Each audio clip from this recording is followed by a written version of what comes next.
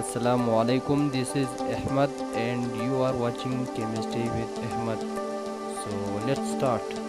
What is molecule? Molecule क्या है? तो डिफाइन करते हैं मालिक्यूल को, the smallest particle of an element और compound which can exist independently called molecule. तो ये है मालिक्यूल की डिफिनेशन। अब आते हैं इसी डिफिनेशन को एक एग्जांपल के थ्रू क्या करते हैं, समझते हैं। फॉर एग्जांपल हमारे पास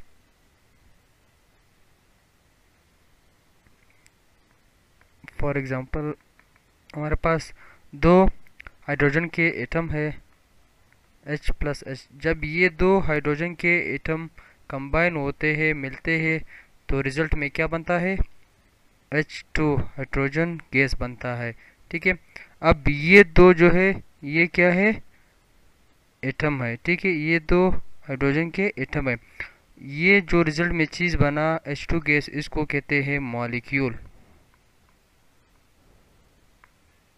अब यहाँ पे एक क्वेश्चन रेज होता है कि जो ये एटम है, ठीक है, ये क्यों मिलते हैं? एटम क्यों कंबाइन होते हैं, बॉन्ड क्यों बनाते हैं एटम? तो इसका आंसर ये है कि जो एटम होते हैं वो आज़ादाना हालत में क्या होते हैं? वो अनस्टेबल होते हैं, वो आज़ादाना हालत में स्टेबल नहीं होते। लिहाजा एटम अपने आप को स्टेबल करने के लिए क्या करते हैं? दूसरे एलिमेंट के एटम के साथ कंबाइन होकर मॉलिक्यूल बनाते हैं। ठीक है, और दूसरी बात ये क्या करते हैं? हर एटम के जो ऑक्टेट होते हैं वो कंप्लीट नहीं होते। तो एक एटम के एक एटम जो होता है दूसरे एटम के साथ कंबाइन करके अपने ऑक्टेट कंप्लीट करते हैं। ठीक है, यहाँ तक हो गया मॉलिक्यूल।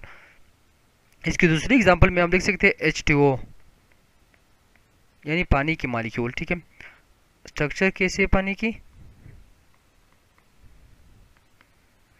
इसमें क्या होता है? ऑक्सीजन जो है वो ऑक्टेट को कंप्लीट कर देता है, और हाइड्रोजन जो है, जो दो हाइड्रोजन है, ये क्या करते हैं? ये डुप्लेट रूल को फॉलो करते हैं। अपने डुप्लेट यानी आउटरमोस्ट शेल में 2 इलेक्ट्रॉन, और ऑक्टेट जो है, ऑक्टेट रूल में क्या करते हैं कि कोई एटम के आउटरमोस्ट शेल में अगर 8 इलेक्ट्रॉन जो है, 8 इलेक्ट्रॉन कंप्लीट हो, तो उसको क्या कहते हैं? Octet rule.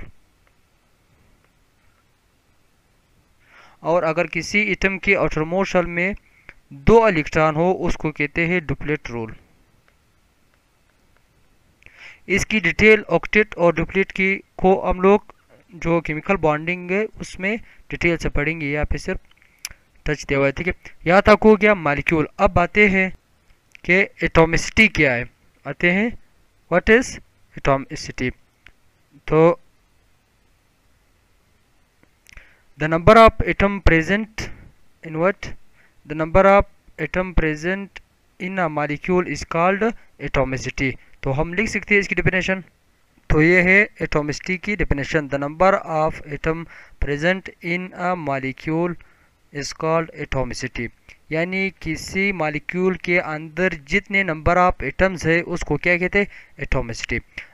एग्जांपल लेते हैं एटॉमिसिटी को समझने के लिए। फॉर एग्जांपल हमारे पास H2O का मॉलिक्यूल। ठीक है, अगर हमें कोई हमसे पूछे कि H2O के अंदर H2O की एटॉमिसिटी क्या है, तो हम लोग क्या कहेंगे कि सबसे पहले हम देखेंगे कि H2O के अंदर हाइड्रोजन के एटम कितने एटम हाइड्रोजन के? 2 एटम हाइड्रोजन के। और ऑक्सीजन के कितने एटम है? 1। तो एटॉमिसिटी वाटर मॉलिक्यूल कितने आई हमारे पास? 3। इसी तरह अगर हम ग्लूकोज के देखें एटॉमिसिटी, फार्मूला क्या है ग्लूकोज का? C6H12O6। अगर कोई पूछे हमसे कि ग्लूकोज की एटॉमिसिटी क्या है, तो हम लोग क्या करेंगे? हम लोग इसके अंदर कार्बन एटम, हाइड्रोजन एटम और ऑक्सीजन एटम को क्या करेंगे? ऐड करेंगे, जमा करेंगे, हमारे पास एटॉमिसिटी आ जाएगी। कार्बन जो है हमारे पास, इधर ही लिख लेते हैं, कार्बन हमारे पास 6 है, 6 एटम कार्बन के, और जो है 12 एटम हाइड्रोजन के, ऑक्सीजन के 6 एटम है। ठीक है, ये सब मिलकर कितने? टोटल 24 एटम आए। तो एटॉमिसिटी हमारे पास क्या आई? ग्लूकोज के अंदर की जो एटॉमिसिटी वो 24 आई। ठीक है। अब आते हैं क्लासिफिकेशन ऑफ मॉलिक्यूल। मॉलिक्यूल की क्लासिफिकेशन हम दो तरह से कर सकते हैं, एक साइज के एतबार से कर सकते हैं और एक टाइप के एतबार से हम मॉलिक्यूल की क्लासिफिकेशन कर सकते हैं। तो classification based on size, size के एतबार से पहले नंबर पर हमारे पास क्या है, क्लासिफिकेशन बेस्ड ऑन साइज। तो साइज के लिहाज से अगर हम क्लासिफिकेशन देखें मॉलिक्यूल्स की तो दो तरह के होते हैं, एक माइक्रो मॉलिक्यूल्स होते हैं और जो दूसरा है वो मैक्रो मॉलिक्यूल। माइक्रो जैसे कि नाम से ज़ाहिर है, माइक्रो मीन्स स्मॉल, ठीक है, और मैक्रो मीन्स लार्ज, ठीक है। माइक्रो मॉलिक्यूल्स की अगर हम इसको डिफाइन करना चाहे तो कह सकते हैं कि those molecule which have less atomicity, ठीक है, लिख लेते हैं हम लोग।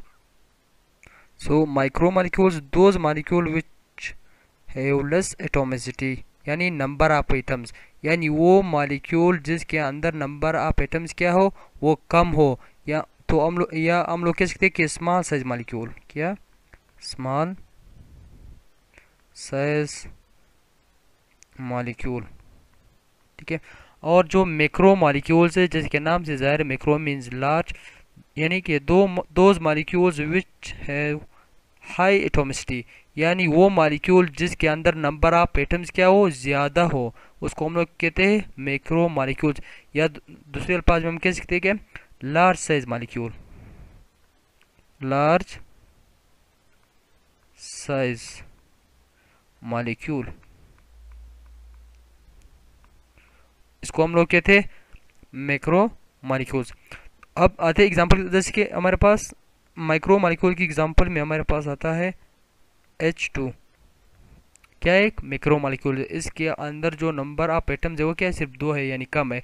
इसी तरह दूसरा एग्जांपल हम माइक्रो मॉलिक्यूल को दे सकते हैं H2O, इसके अंदर यानी इसकी H2O मॉलिक्यूल की एटॉमिसिटी क्या है, 3, इसके अंदर नंबर ऑफ जो एटम्स है वो क्या है, कम है as compare to macro molecule. Macro molecules की अगर हम एग्जांपल देखें तो हमारे पास क्या है, DNA, D oxy ribo nucleic acid. दूसरा हम एग्जांपल लिख सकते हैं प्रोटीन, ठीक है, और बहुत सी एग्जांपल आप लिख, स्टार्च लिख सकते हैं, हीमोग्लोबिन आप लिख सकते हैं, ठीक है,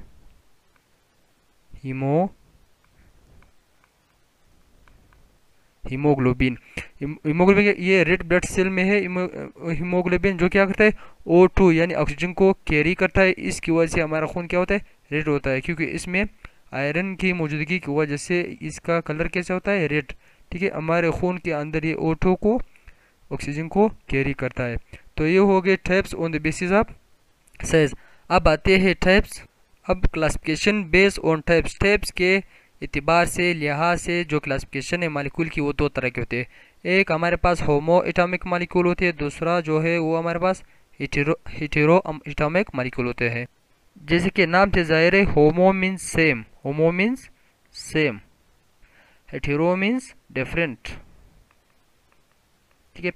सो होमो एटॉमिक मालिक्यूल्स कौन से होते हैं, यानी those molecules which are form from the same elements, ठीक है, यानी वो मालिक्यूल जो सेम एलिमेंट से मिलकर बने हो उसको हम लोग कहते हैं होमो एटॉमिक मालिक्यूल्स।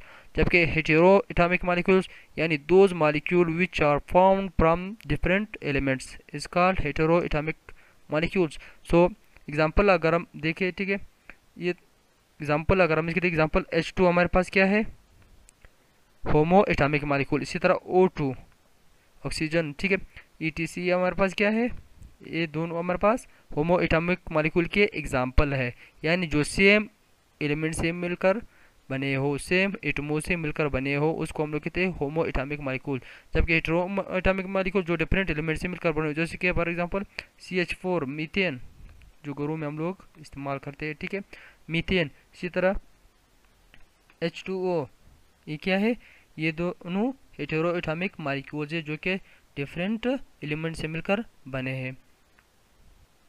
अब आते हैं लास्ट टॉपिक की तरफ, आयंस क्या होते हैं, what is ions. Ions any species that having charge is called ions. वो चार्ज नेगेटिव भी हो सकता है और पॉजिटिव भी हो सकता है। तो डिफिनेशन हम लिखते हैं आयंस क्या है, a species having charge is known as ions. अब चार्ज जो है हमारे पास दो किस्म के आते हैं, एक पॉजिटिव चार्ज, एक नेगेटिव चार्ज। ठीक है, एक नेगेटिव और एक पॉजिटिव। किसी चीज़ किसी एलिमेंट के ऊपर जो चार्ज आता है हमेशा या तो वो नेगेटिव होगा या पॉजिटिव होगा। ठीक है, अब हम आते हैं टाइप्स ऑफ आयंस। आयंस के टाइप्स की तरफ आते हैं। आयंस हमारे पास दो किस्म के होते हैं, एक पॉजिटिव आयन, पॉजिटिव आयन इसको हम लोग केटायन भी बोलते हैं, और जो दूसरा है वो है एन आयन या निगेटिव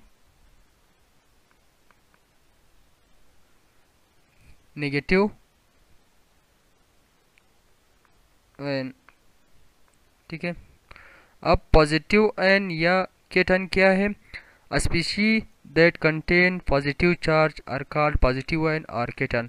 यानी वो स्पीशी जिसके ऊपर कौन सा चार्ज हो, पॉजिटिव चार्ज हो, उसको हम लोग कहते हैं क्या, पॉजिटिव आयन और केटायन। जबकि एन आयन वो स्पीशी जिसके ऊपर कौन सा चार्ज हो, नेगेटिव चार्ज हो, उसको हम लोग कहते हैं एन आयन और नेगेटिव आयन। ठीक है, अब अगर हम कंपैरिजन देखें पॉजिटिव आयन और नेगेटिव आयन या केटायन और एन आयन के दरमियान, तो अगर हम कंपैरिजन देखें या डिफरेंस देखें तो सबसे पहले जो पॉजिटिव आयंस होते हैं वो कैसे बनते हैं, जब कोई एटम जो है एक या एक से ज़्यादा इलेक्ट्रॉन क्या करता है, लूज करता है, तो पॉजिटिव आयन बन जाता है। एग्जांपल हमारे पास जो कंपैरिजन में पहला हमारे पास आता है, जब कोई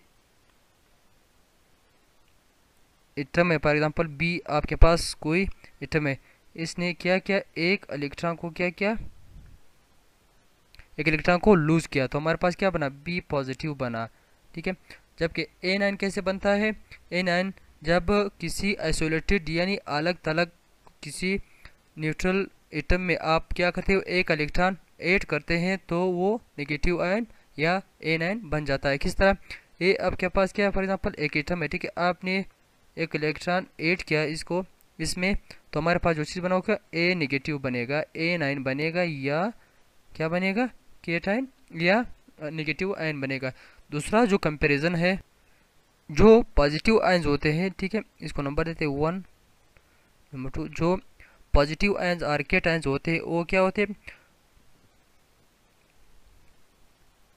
इसको हम +1 +2 +3 +4 इस ऐसे चार्जेस पॉजिटिव आयन या केटायन के ऊपर होते हैं, जबकि एन आयन के ऊपर एन आयन को हम रिप्रेजेंट करते हैं -1 -2 -3 -4। ये चार्जेस होते हैं किसके ऊपर, एन आयन के ऊपर, और ये चार्जेस आते हैं केटायन और पॉजिटिव आयन के ऊपर।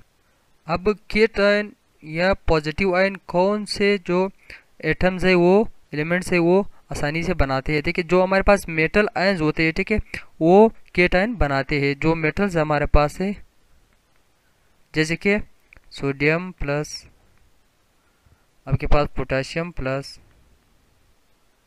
आपके पास मैग्नीशियम +2, ठीक है, ये आपके पास क्या होता है, ये अमूमन पॉजिटिव आयन और केटायन बनाते हैं। जबकि अगर हम A9 की बात करें, कॉमनली जो सिंपल A9 होते हैं उनमें जो मोस्ट इलेक्ट्रोनेगेटिव एलिमेंट होता है, जैसे कि फ्लोरीन माइनस, ठीक है, इसी तरह आयोडीन हुआ, सल्फर वगैरह, ये सारे क्या है, ये +2, ये सारे क्या है, ये A9 है। अगर चौथा डिफरेंस हम लोग देखें, जो केटायंस होता है, केटायंस जो होता है, केटायंस का जो साइज होता है वो न्यूट्रल एटम से क्या होता है, छोटा होता है। क्यों, हम लोग पहले लिख लेते हैं कि द साइज ऑफ केटायन क्या होता है, smaller smaller than neutral atom.